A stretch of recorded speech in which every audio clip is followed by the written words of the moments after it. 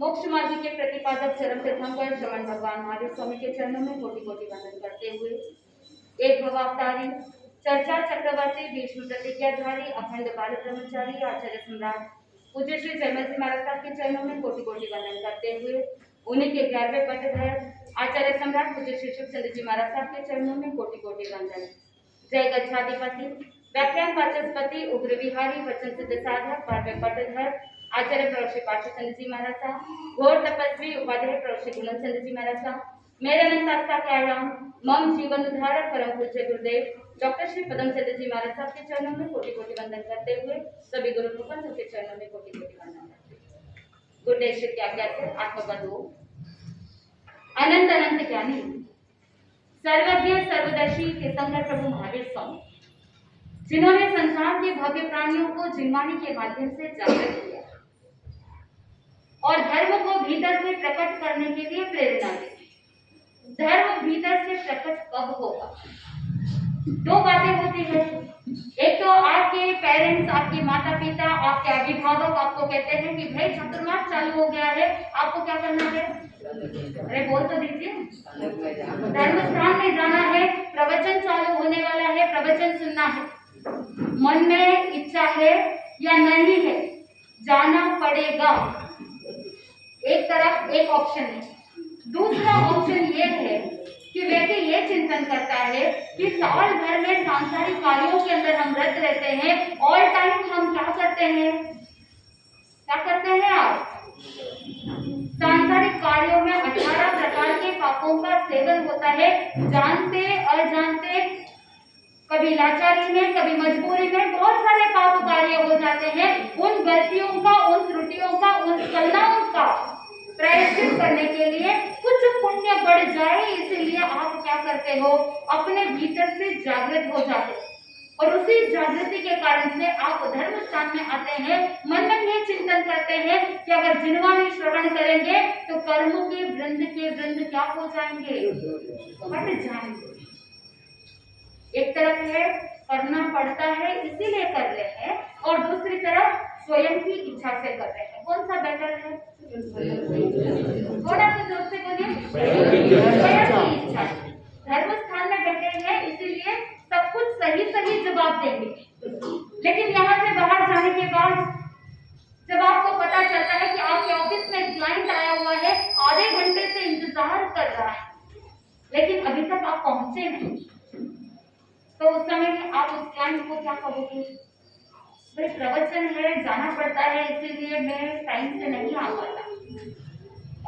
तो ये जो कथनी और करनी में अनेक रूपता है, क्या मोक्ष की प्राप्ति हो सकती है? ज्ञानी जन ने कहा कि जहां पर कथनी और करनी में एक रूपता रहेगी वहीं पर मोक्ष है। कितना सिंपल है जैन धर्म, लेकिन आपने उसे जटिल बना दिया, आपने उसे डिफिकल्ट बना दिया। आपने बहुत सारे रूल्स, रेगुलेशंस, कॉम्प्लेक्सिटीज इतनी बढ़ा दी है कि बच्चों को भी पूछे कि जैनिज्म फॉलो करना आसान है या मुश्किल है, तो क्या कहेंगे? मुश्किल है। बच्चों को क्या, बड़ों को पूछेंगे तभी आप यही कहोगे कि जैन धर्म को फॉलो करना बहुत मुश्किल है। लेकिन पूज्य गुरुदेव डॉक्टर श्री पदम चंद्र जी महाराज साहब कहते हैं कि जैन धर्म एक जीवन शैली है। It is a way of living, it is not a religion.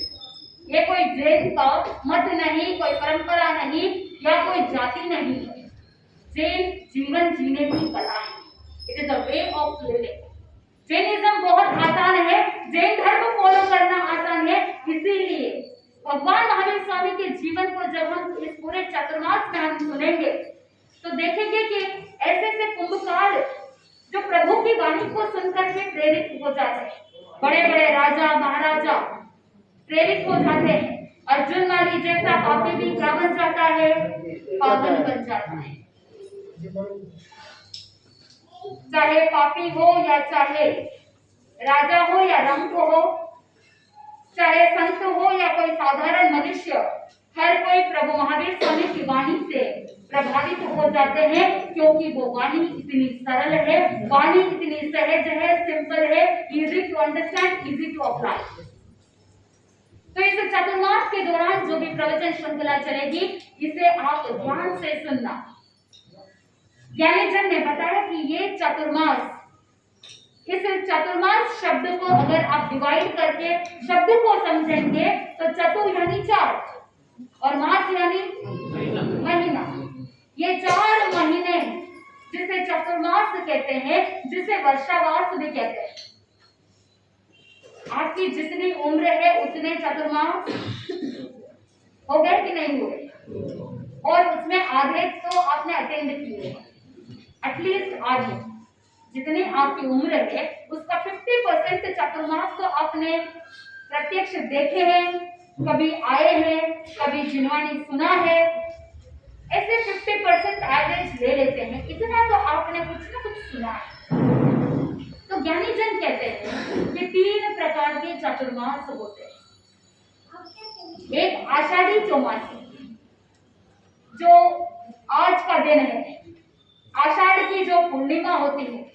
आपको पता है कि आज 14 है। आप कहोगे कि सम्मी जी आप तो कह रहे हो कि आषाढ़ी पूर्णिमा के दिन चतुर्मास लगता है, तो आज 14 के दिन चतुर्मास के। ज्ञानी जन कहते हैं कि जब पूर्णिमा की घड़ियां प्रतिक्रमण के समय प्रारंभ हो जाती है तो चतुर्मासिक पर्व का प्रतिक्रमण कर लेते हैं।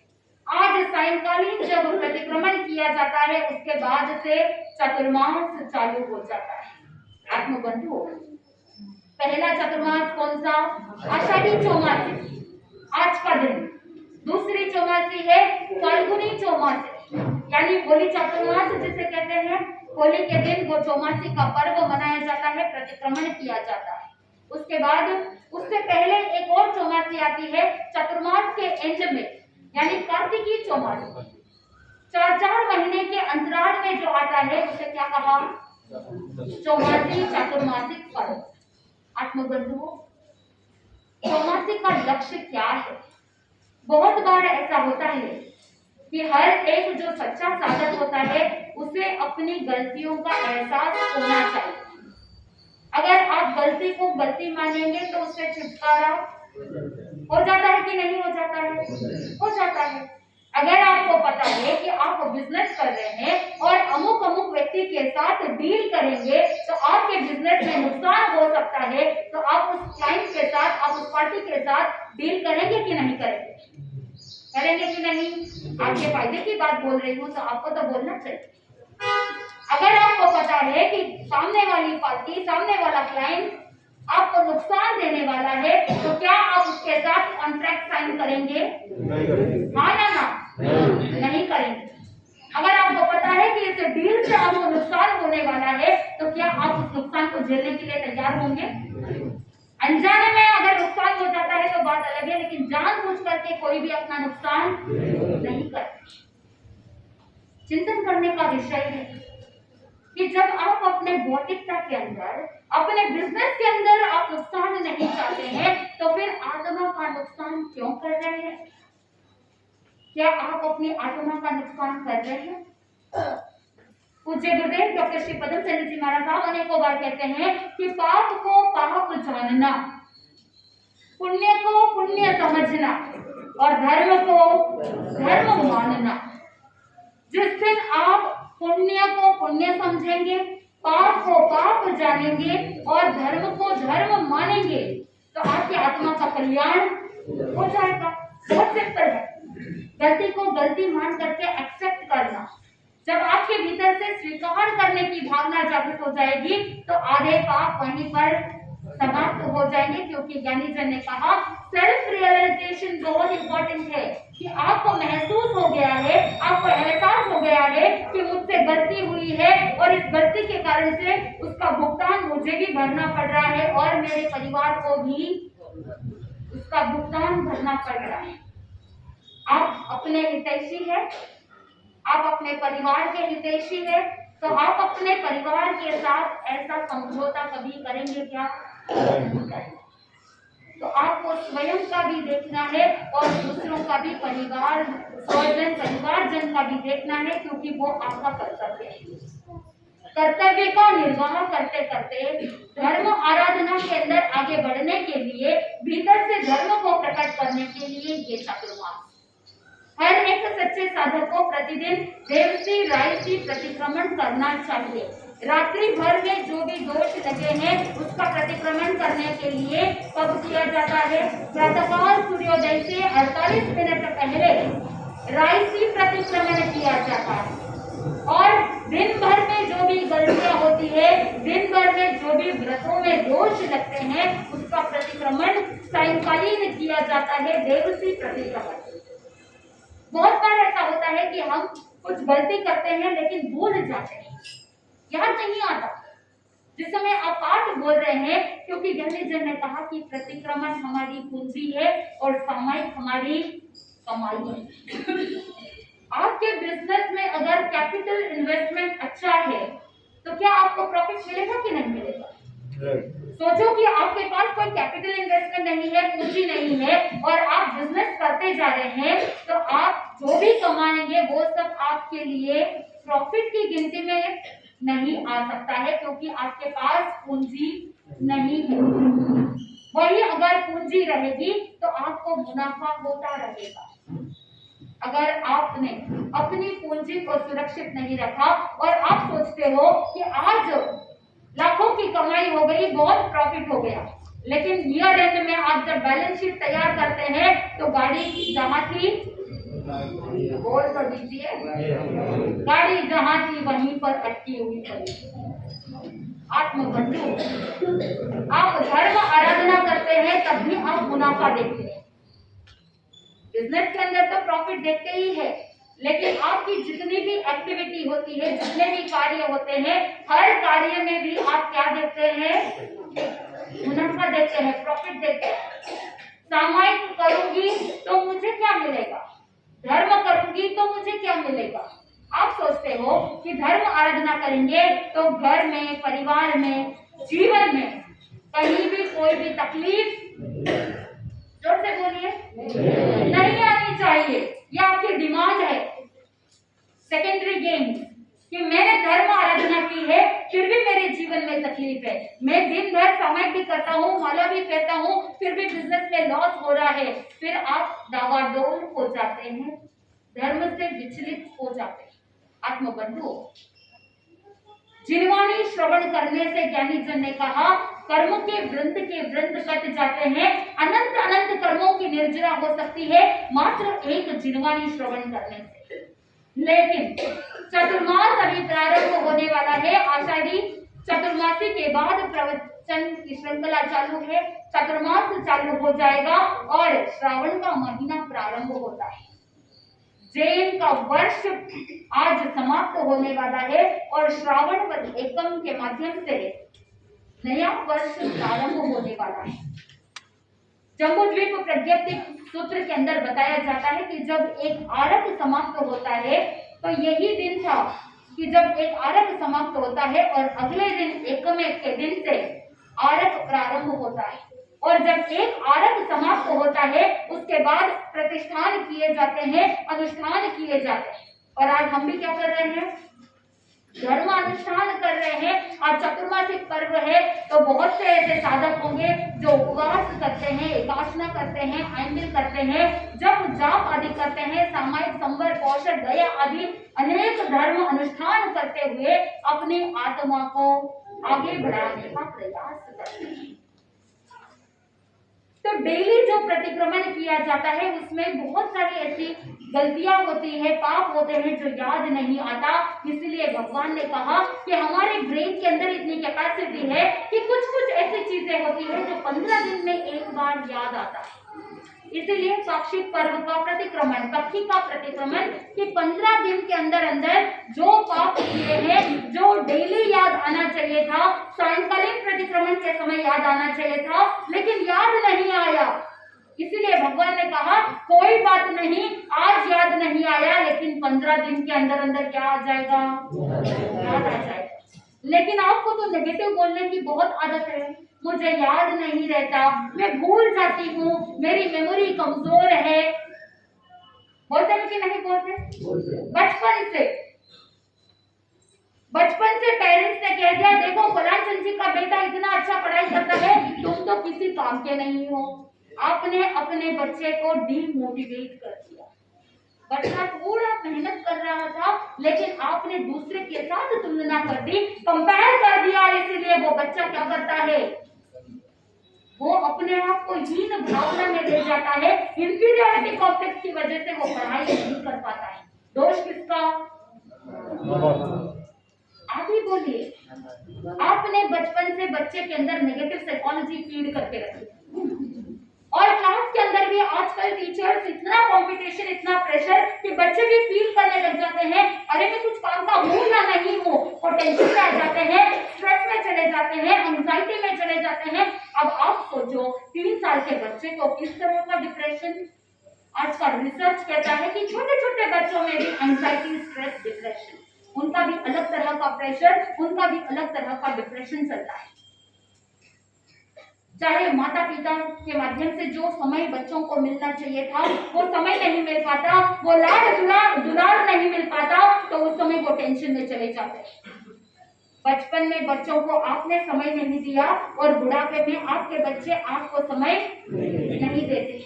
ये चक्र ऐसे ही चलेगा, क्योंकि भगवान महावीर स्वामी कहते हैं, जैसा आप करेंगे वैसा आपको प्राप्त होगा, जैसा बीज आप बोएंगे वैसे फल आप प्राप्त करेंगे। अभी आप कमाने के धुन में इतने व्यस्त हैं कि आप अपने बच्चों को भूल गए।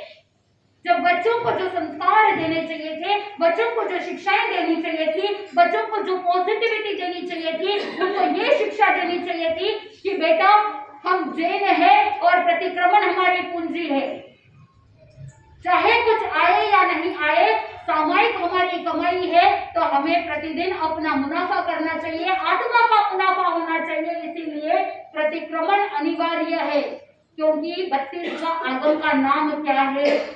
आवश्यक सूत्र। आवश्यक सूत्र के अंदर ही, नाम के अंदर ही लिखा है आवश्यक, यानी नेसेसरी, इंपॉर्टेंट, जरूरी है, करना ही है, कंपल्शन है। भगवान ने कहा कि अगर जो गलतियां की है, जो पाप किया है, उसको अगर क्लीन नहीं करेंगे तो कहाँ जाएंगे, कहाँ जाकर के पाप धोएंगे। तो आज चातुर्मासिक पर्व है, तो ज्ञानी जन ने कहा कि 15 दिन में अगर कोई पाप याद नहीं आता है, ब्रेन पर ज्यादा जोर डालते हैं, फिर भी नहीं आ रहा है। बहुत से ऐसे लोग होते हैं जो प्रतिक्रमण करते हैं सिर्फ एक फॉर्मेलिटी के लिए, कि भाई हाँ प्रतिक्रमण करने के लिए जाना है। पुराने जमाने में इंडिविजुअल प्रतिक्रमण किया जाता था। प्रतिक्रमण स्वयं कंठस्थ करते और अपने चिंतन मनन से स्वयं के पापों की आलोचना की जाती। आलोचना शब्द के अंदर ही अर्थ छुपा हुआ है, आलोचन यानी सम्यक प्रकार से देखना। और प्रतिक्रमण के अंदर साधक सही रूप से सम्यक प्रकार से देखता कि मेरे द्वारा क्या गलतियां हुई है, मेरे द्वारा क्या पाप हुआ है, जिसके माध्यम से मैं अपनी आत्मा को हल्का कर सकूं, क्या करूं जिसके माध्यम से मैं पापों से मुक्त हो जाऊं। बड़े जोरों शोरों से मिच्छामि दुक्कडम देते हैं, लेकिन मिच्छामि दुक्कडम का अर्थ पता है क्या?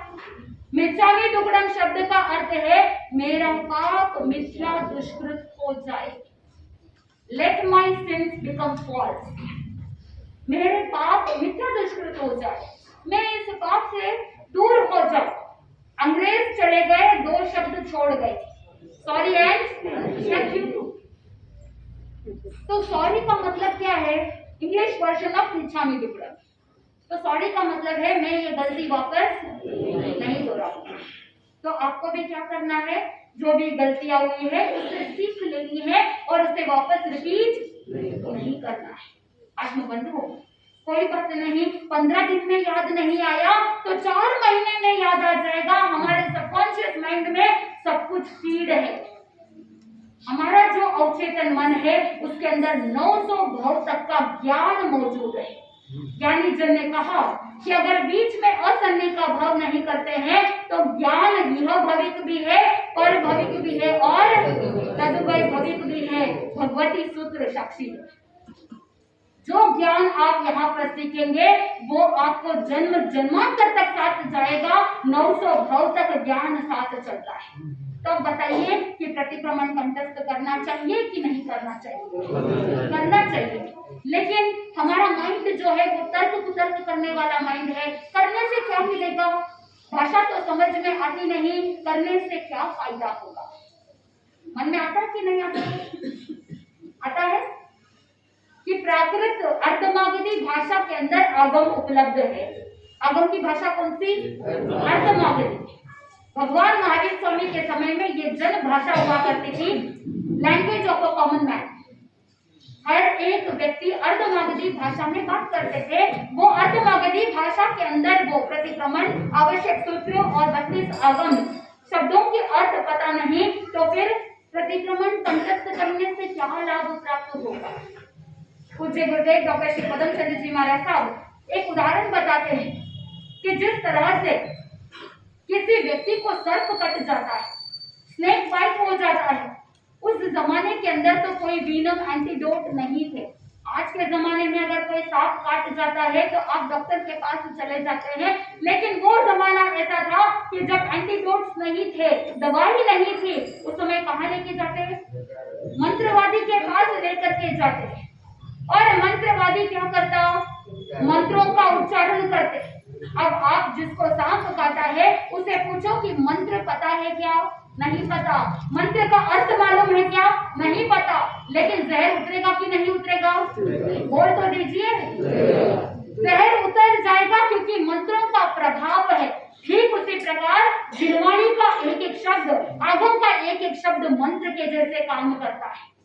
जिस लक्ष्य के साथ आप आगम का स्वाध्याय करेंगे, आगम का पठन पाठन करेंगे, वो लक्ष्य सिद्ध हो जाएगा। क्योंकि आगम की जो भाषा है, आगम के जो शब्द है वो कल्प वृक्ष के समान है। तो आगम का एक भी शब्द अगर आत्मा के भीतर उतर गया तो आत्मा का कल्याण हो जाएगा। डेफिनेटली जैनिज्म बहुत आसान है। आज दिन तक अगर आपकी साइकोलॉजी के अंदर ये फीड था कि जैन धर्म बहुत डिफिकल्ट है, बहुत मुश्किल है, तो उसे क्या कर देना? आज दिमाग से निकाल देना और मन में ये चिंतन करना, जैन धर्म बहुत आसान है और बहुत आसानी से धर्म का पालन हो सकता है। अगर अपने आचार और विचार को शुद्ध रखेंगे तो जैन धर्म का पालन सहज में हो ही जाएगा। आत्मबंधुओं, जो ज्ञान आपने सीखा है 900 भाव तक साथ में चलता है, तो आपको अगर कोई पाठ याद नहीं आया 15 दिन में, तो आपके पास ऑप्शन है कि चातुर्मासिक पर्व के दिन बहुत शांति से, संभाव पूर्वक, मन से, वचन से, काया से प्रतिक्रमण करते समय क्या करना? चिंतन करना याद आ जाएगा। इन 4 महीनों में जो भी स्खलना हुई, जो भी गलती हुई, जो भी पाप दोष लगे, उनका अंतःकरण से क्या करना है? इच्छा विक्रम देना है। दूसरी अपेक्षा से भगवान ने बताया कि चतुर्मास 3 प्रकार के। चतुर्मास ये प्रवचन प्रतिदिन नियमित रूप से अच्छे से सुनना, क्योंकि प्रवचन के पश्चात आपको 3 प्रश्न पूछे जाएंगे। हमने आपको पहले से ही बताया है। 3 प्रकार के चातुर्मास। सबसे पहला है जगन्य चातुर्मास। ज्ञानी जन ने बताया कि जगन्य चातुर्मास 70 दिन का। कितने दिन का? 70 डेज। भगवान महावीर स्वामी फरमाते हैं कि अगर कोई चातुर्मास करने के लिए स्थान नहीं मिलता है तो 7-7 दिन के अंतराल में विहार करते करते 49 डेज के बाद, 49 दिन के बाद एक जगह पर क्या हो जाना? स्थिर हो जाना। ऐसे ही भगवान महावीर स्वामी का उल्लेख आता है आगमों के अंदर कि 49वें दिन उन्होंने पेड़ के नीचे क्या किया? पर्यूषण किया। आत्मबंधु, ये जगन्य चातुर्मास 70 डेज का। दूसरा है मध्यम चातुर्मास, 4 या 5 महीने का। अभी जो हम चातुर्मास करते हैं वो कितने? इस वर्ष 5 महीने का है सवाया चातुर्मास, नहीं तो जनरली 4 महीने का चातुर्मास। तो ये कौन सा वाला चातुर्मास है? मध्यम चातुर्मास। और तीसरा है उत्कृष्ट चातुर्मास, जो है 6 महीने का। यानी जिस समय कार्तिकी चौमासी हो जाती है उसके बाद भी अगर बारिश हो और जीवों की रक्षा नहीं हो पाती है तो वहां पर क्या करते हैं साधु संत, 1 महीना और वहीं पर रुक जाते हैं। ये उत्कृष्ट चातुर्मास 6 महीने का। तो इस तरह से 3 प्रकार के चातुर्मास बताए जाते हैं आत्मबंधुओं। चतुर्मास के दौरान, वर्षावास के दौरान विहार क्यों नहीं करते हैं साधु संत? साधु संत जीवों की रक्षा करते हैं, 6 जीवों को अभयदान देते हैं। इसीलिए सबसे पहला रीजन विहार नहीं करने का कि 6 जीवों की रक्षा करने के लिए। दूसरा है श्रावक श्राविकाओं के प्रति अनुकंपा भाव रखते हुए जिनवाणी श्रवण करवाते हैं। और तीसरा रीजन स्व और पर का कल्याण करने के लिए वर्षावास में विहार नहीं किया जाता। और कुछ ऐसे रीजंस है आगम के अंदर बताया जाता है, कुछ ऐसे बहुत इंपॉर्टेंट रीजंस होते हैं, कारण होते हैं, तो उस समय विहार कर सकते हैं। जैसे ज्ञानी जन ने बताया, अगर कोई ऐसा वाद विवाद की परिस्थिति बन जाती है, कहीं पर कोई दोषारोपण, किसी के ऊपर ब्लेम हो रहा है, आक्रोश की स्थिति बन रही है, वहां पर क्या किया जाता है? विहार किया जाता है। दूसरा कारण कि जिस समय विशेष रूप से ज्ञान की प्राप्ति करने के लिए कहीं पर गुरु की आज्ञा से जाना पड़े तो विहार कर सकते हैं चातुर्मास में। तीसरा कारण विशेष रूप से दर्शन की प्राप्ति करने के लिए। और चौथा रीजन ये भी बताया कि अगर चतुर्मास के दौरान कभी कोई आचार्य या उपाध्याय की मृत्यु हो जाती है या कोई आवश्यक कार्य पड़ने पर गुरु भगवत अगर भेज देवे सेवा में तो विहार कर सकते हैं। और अंतिम रीजन ये भी बताया, कारण बताया कि आचार्य और उपाध्याय की आज्ञा से विशेष कुछ कार्य होता है या कुछ सीखना है या कुछ आवश्यक कार्य के लिए बताया जाता है तो भी क्या कर सकते हैं? विहार कर सकते हैं। अन्यथा चतुर्मास में विहार नहीं किया जाता। आत्मबंधु, चतुर्मास में ये 4 महीने इंपॉर्टेंट क्यों है? 4 महीने के अंदर सबसे पहला महीना है श्रावण। श्रावण हमको संदेश देता है श्रवण करो। क्या सुनना? आप सबको सुनने का बहुत शौक है। क्या सुनते हैं?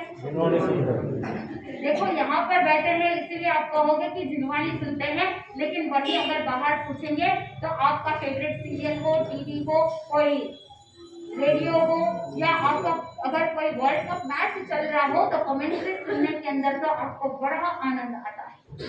सुनने का शौक है कि नहीं? लेकिन ज्ञानी जन ने कहा कि वो सुनना आपकी आत्मा का कल्याण नहीं कर सकता, लेकिन अगर जिनवाणी सुनेंगे तो आपकी आत्मा को बहुत बहुत लाभ प्राप्त हो सकता है। इसीलिए सिर्फ कानों से नहीं, आप श्रोतेंद्रिय से नहीं, श्रोतेंद्रिय बल प्राण से सुनो। क्योंकि ज्ञानी जन ने कहा कि सुनने की शक्ति कौन से कर्म से प्राप्त होती है? बोल कर दीजिए, कौन से कर्म हल्के होते हैं तब सुनने की शक्ति प्राप्त होती है? ज्ञानावरणीय कर्म। याद रखना, ज्ञानावरणीय कर्म अगर हल्के होते हैं तो कानों से सुनाई देता है, लेकिन अगर ज्ञानावरणीय कर्म अगर तीव्र है तो कानों में शब्द तो पड़ रहे हैं लेकिन सुनाई नहीं देता। और ज्ञानावरणीय कर्म का अक्षोक्षण अगर कमजोर है तो कानों में शब्द भी सुनाई दे रहे हैं, शब्द पढ़ रहे हैं, लेकिन समझ में नहीं आता। कौन सा कर्म? ज्ञानावरणीय कर्म। तो अगर आप बोल रहे हैं लेकिन सामने वाले को सुनाई नहीं दे रहा है तो उसके ऊपर गुस्सा करना चाहिए या अनुकंपा रखनी चाहिए? अनुकंपा रखनी चाहिए। मन के अंदर चिंतन करना चाहिए कि देखो सामने वाले के ज्ञानावरणीय कर्म उदय के अंदर है, इसीलिए मैं बोल रहा हूँ फिर भी सामने वाले को सुनाई नहीं दे रहा है और कानों में शब्द पढ़ रहे हैं लेकिन फिर भी एब्सेंट माइंडेड है, इसीलिए समझ में नहीं आ रहा है। कौन सा कर्म? ज्ञानावरणीय कर्म। इसलिए आवेश में नहीं जाना, गुस्सा नहीं करना, वहां पर मन में दया अनुकंपा की भावना रखना, तभी भीतर से धर्म प्रकट हो जाएगा। तो ये 4 महीने आपको शिक्षा दे रहा है। श्रावण महीना कहता है श्रवण करो, कानों से नहीं, श्रोतेंद्रिय बल ध्यान से सुनो। एक व्यक्ति बहरा कब होता है? कुछ ऐसे लोग होते हैं जिनको कानों से सुनाई नहीं देता है, वो व्यक्ति बहरा कब होता है?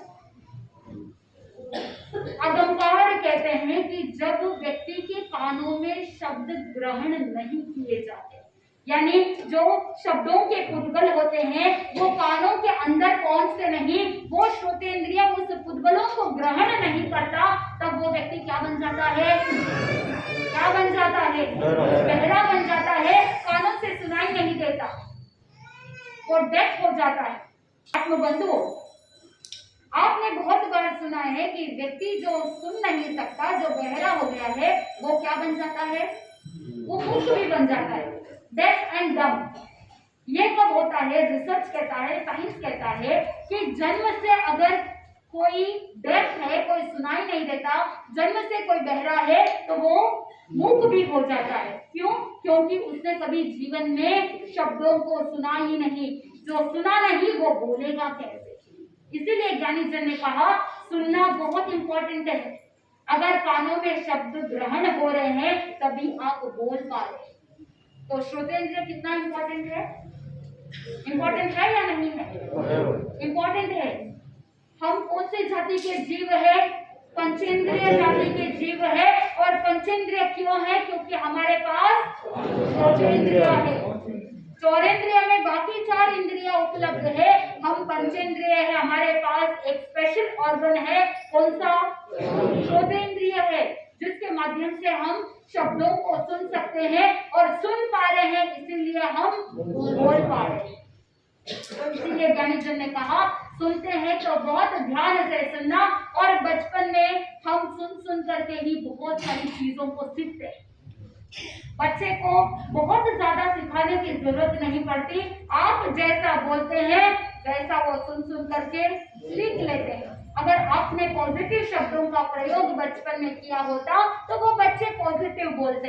अगर आप बार बार नेगेटिव ही बोलते रहते तो उनके कानों में बचपन से कौन से शब्द पड़े हैं?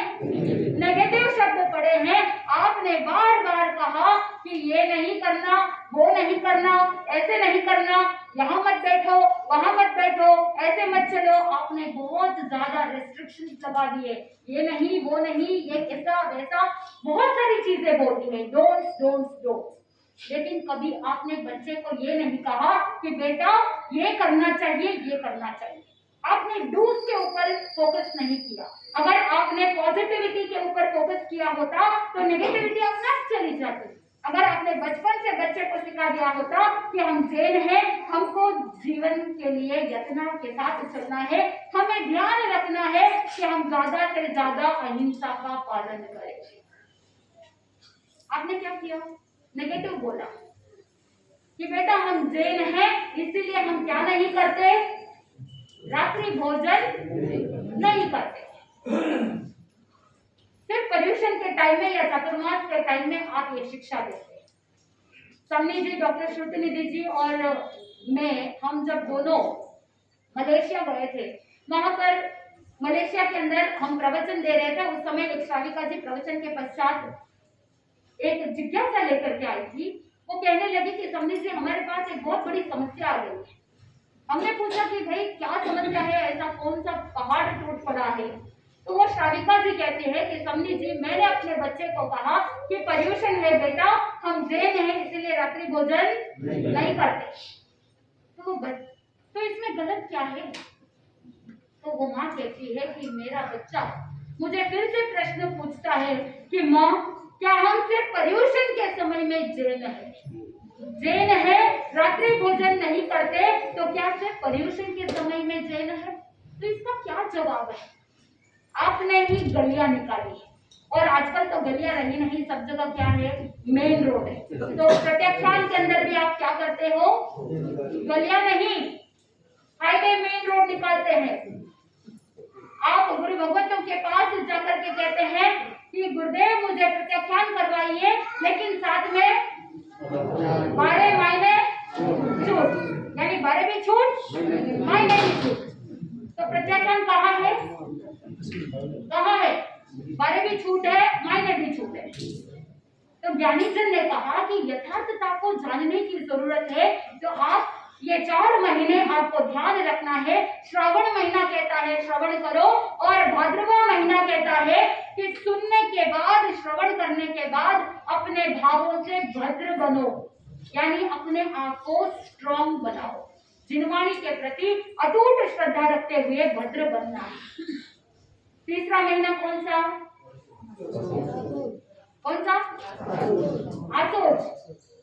आसोज महीना आपको संदेश देता है।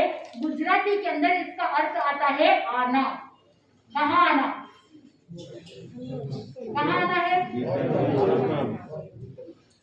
धर्मस्थान में बैठते ही सब बहुत बड़े ज्ञानी हो जाते हैं, राइट? आना है कहाँ पर? आत्मा में आना है। अगर आत्मा में नहीं आए तो 84 लाख जीव योनि में आना पड़ेगा। ये चक्र के अंदर घूमते रहना पड़ेगा। इसीलिए भगवान ने कहा आसोज महीना आपको कहता है आत्मा में क्या करो? आ जाओ। आत्मा में प्रवेश करेंगे, आत्म रमणता में अगर आ जाएंगे तो मोक्ष के अंदर भी प्रवेश मिल जाएगा। और लास्ट चौथा महीना कौन सा है? कार्तिक। कार्तिक महीने के लिए गुजराती के अंदर एक शब्द आता है कातार। कातार शब्द का अर्थ होता है कि आयु की डोरी कटती जा रही है।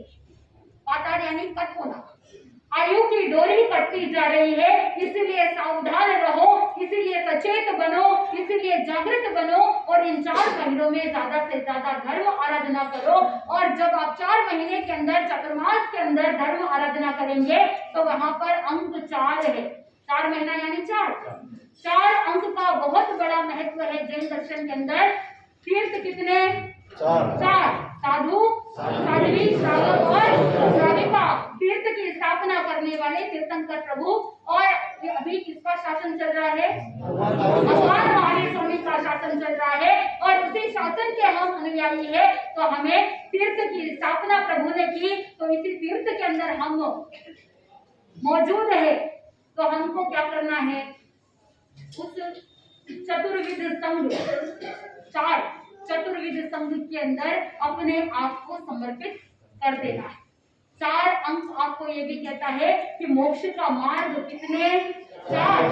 सम्यक दर्शन, सम्यक ज्ञान, सम्यक चारित्र और सम्यक तप। तो आज आपको चातुर्मासी के दिन लक्ष्य बनाना है कि चातुर्मास का उद्देश्य क्या है, आपका लक्ष्य क्या है। चातुर्मास तो बहुत आते हैं और बहुत चले जाते हैं। आपका इस चातुर्मास का लक्ष्य क्या है, आपका टारगेट क्या है, आपका गोल क्या है। इस चातुर्मास में आपके दर्शन को शुद्ध बनाना है, प्रभु के वाणी के प्रति आस्था को जागृत करनी है, सम्यक को शुद्ध बनाना है, और साथ में ज्ञान प्राप्त करना है। तो जिनको भी प्रतिक्रमण नहीं आता वो क्या कर लो? जैसे आप फ्लाइट के अंदर बैठते हैं तो वहां पर सबसे पहला इंस्ट्रक्शन दिया जाता है कि कुर्सी की पेटी क्या कर लो? बांध लो।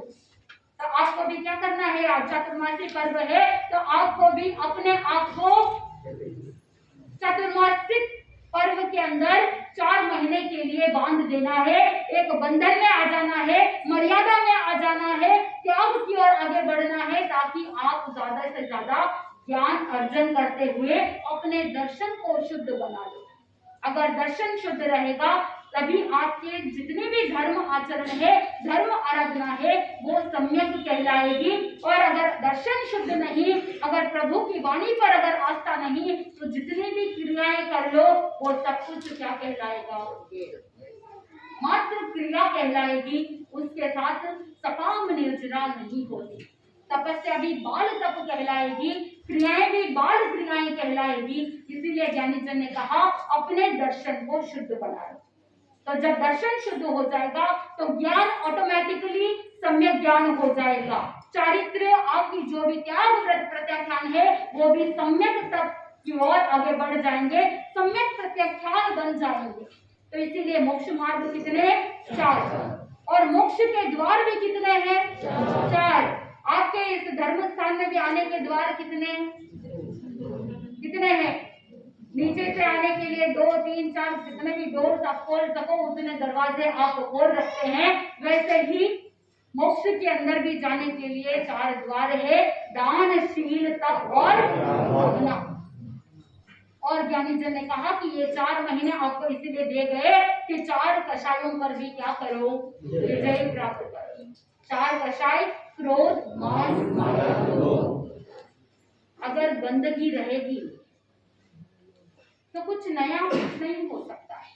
जब वर्षावास में बारिश होती है, रेनी सीजन है, बारिश के समय क्या होता है कि जितनी भी गंदगी है वो सब गंदगी साफ हो जाती है। ठीक उसी प्रकार चातुर्मास के अंदर हमारा भी लक्ष्य यही होना चाहिए कि जैसे वर्षा आने पर सारी गंदगी निकल जाती है, ठीक उसी प्रकार धर्म रूपी वर्षा होने वाली है और उसी धर्म रूपी वर्षा में हम अपने आत्मा के साथ जो कषाय लगे हैं, विषय विकार लगे हुए हैं, उन सभी गंदगी को हम क्या कर देंगे, अपनी लाइफ से आउट कर देंगे, हमारी जिंदगी से उसे बाहर निकाल देंगे। और जब ये सारा कचरा समाप्त हो जाएगा, जब रेनी सीजन में सारी गंदगी निकल जाती है, तो प्राकृतिक सौंदर्य बढ़ जाता है, हरियाली बढ़ जाती है। ठीक उसी प्रकार आपका भी जीवन क्या बन जाएगा, हरा भरा बन जाएगा।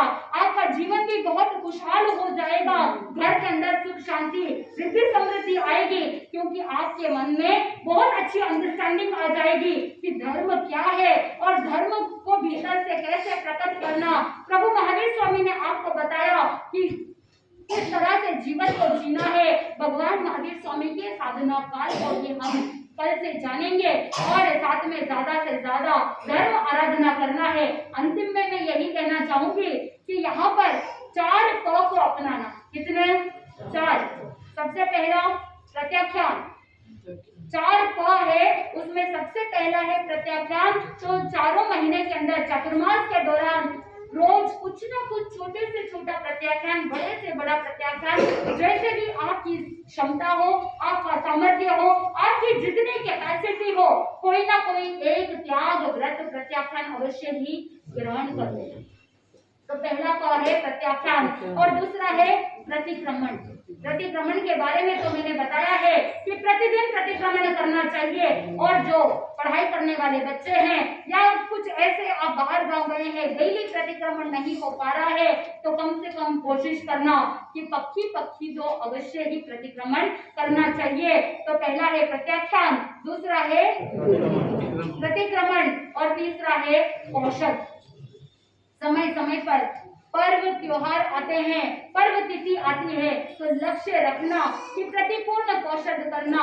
8 प्रहर का अगर औषध नहीं हो पाता है तो कम से कम 4 प्रहर का औषध उपवास युक्त करना चाहिए। हर एक श्रावक श्राविका का कर्तव्य बनता है कि जो प्रति माह कम से कम 6 उपवास और औषध करते हैं, तो वो शीघ्र कहाँ जा सकते हैं? मोक्ष में जा सकते हैं। और चौथा पॉइंट है परोपकार की भावना। तो आप एक दूसरे की हेल्प करें, एक दूसरे के प्रति परोपकार की भावना रखेंगे, तो आपका ये चातुर्मास सफल होगा। और आज चतुर्मासिक पर्व के दिन ज्यादा से ज्यादा धर्म आराधना करें। और आज रविवार है, तो प्रति रविवार को दोपहर को 2 बजे से 4 बजे तक के लिए शिविर का आयोजन रखा गया है। बड़े बच्चे सभी भाग ले सकते हैं, तो आप ज्यादा से ज्यादा दोपहर के शिविर में लाभ लेने का लक्ष्य रखना। बाकी सोमवार से शुक्रवार तक प्रतिदिन 2:15 बजे से 3:15 बजे तक दोपहर को तत्व की कक्षा होगी। तत्व ज्ञान को सीखना, छोटे छोटे थोपड़े, बड़े थोपड़े या तत्व की समझाइश रखना, ये सारी चीजें दोपहर की क्लास में रखी जाएगी। और शनिवार दोपहर को 2:30 बजे से 3:30 बजे तक अलग अलग स्तोत्र के माध्यम से जाप अनुष्ठान के द्वारा हम अपने भीतर की एनर्जी को पॉजिटिव बनाए रखने के लिए तत्पर रहेंगे। तो कल गुरु पूर्णिमा है, तो आप मन के अंदर चिंतन करें। कल हम गुरु पूर्णिमा मनाएंगे कि जीवन में गुरु का महत्व बहुत बड़ा है। गुरुदेव हमेशा कहते हैं कि जिसके जीवन में गुरु नहीं, उसका जीवन शुरू नहीं। तो हमारे जीवन में गुरु का महत्व क्या है, गुरु के माध्यम से कैसे हमारे आत्मा का उद्धार हो सकता है, कैसे गुरु के सहयोग से जीव सम्यक्त्व रत्न की प्राप्ति कर सकता है। भगवान महावीर स्वामी ने किस समय अपने जीवन के अंदर गुरु को प्राप्त करके यात्रा को प्रारंभ किया था। जैसे जैसे आप सुनेंगे आपको आनंद की प्राप्ति होगी। आनंद ही आनंद। बोले श्री जैन धर्म की।